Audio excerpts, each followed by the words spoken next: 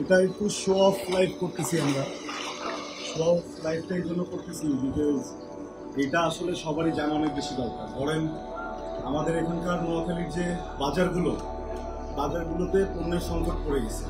কারণ আমরা ঢাকা থেকে প্রচুর পরিমাণে মানুষ ওখান থেকে খাবার না এনে এখানে এসে কিনতে যাচ্ছি। এখানে খাবারের রেট বেড়ে যাচ্ছে, কোনো কিছু পাওয়া যাচ্ছে না। এখন একটা বিস্কিট ফ্যাক্টরি এটাও ঘুরে গেছে। এখন মানুষের জন্য আমার এখান থেকে বিস্কুট দিতে হচ্ছে, কিন্তু আমি জানি না আসলে এটা কতটুকু হাইজিনিক। যে মানুষগুলো না খেয়ে আছে তাদেরকে তো খাবার দিতে হবে। এই সামনে ঘুরাও। এই হইতেছে অবস্থা। এখান থেকে বেশ একটা লম্বা জায়গা পর্যন্ত আমাদেরকে এইভাবে যেতে হবে। হ্যাঁ, তো আপনারা ওই যে অনেকেই ধীরে ধীরে থেকে ফেনীতে চলে যাচ্ছেন।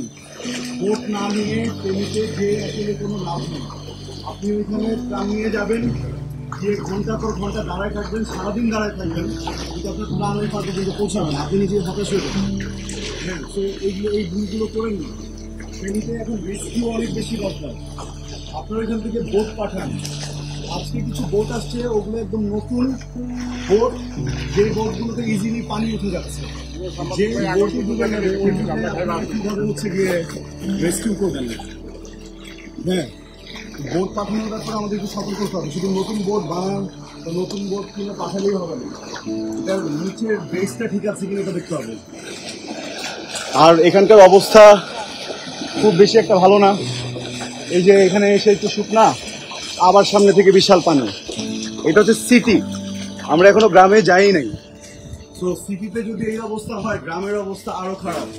শুধু নোয়াখালী না, কুমিল্লা, চাঁদপুরের ওদিকে, তারপরে লক্ষ্মীপুর, এদিকে ফেনীতে রেস্কিউ টিমের জন্য সেনাবাহিনী নৌবাহিনী ছাড়া আসলে খুবই ডিফিকাল্ট। কিন্তু কুমিল্লা আর হচ্ছে গিয়ে নোয়াখালীতে আপনারা নিজেরা মুভ করতে পারবেন।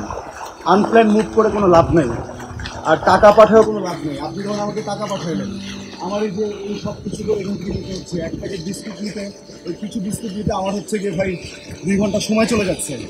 যেই 2 ঘন্টায় আমি 200 পরিবারকে খাবার দিতে পারতাম।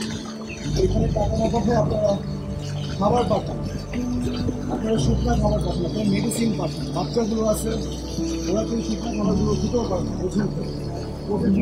ব্যবস্থা করেন। ডায়রিয়ার প্রভাব অলরেডি শুরু হয়ে গেছে এখানে। যদি মেডিকেল থেকে কোনো মেডিকেল ইউনিট আসতে চান, প্লিজ আপনারা হচ্ছে গিয়ে 10 দিন 12 দিন করে নিয়ে আসেন। অনেক হার্টের পেশেন্টরা আছে, অনেক হার্টের পেশেন্টরা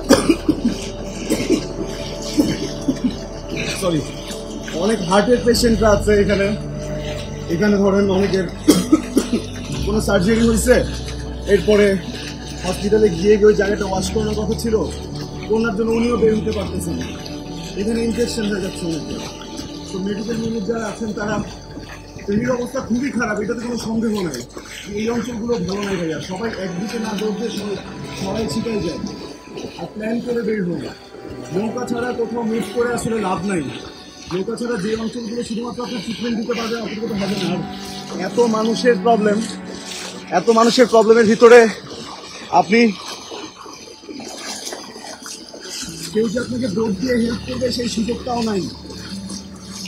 ঢাকা থেকে যারাই মুভ করতেছেন বা অন্য অঞ্চল থেকে যারাই মুভ করতেছেন, প্লিজ আগে নৌকাটা মেক শিওর করেন, দেখেন এই নৌকাটা আসলে এখানে চালানোর জন্য ঠিক কিনা, নাকি পানি উঠে যায়, তারপরে হচ্ছে এই নৌকা পাঠানো।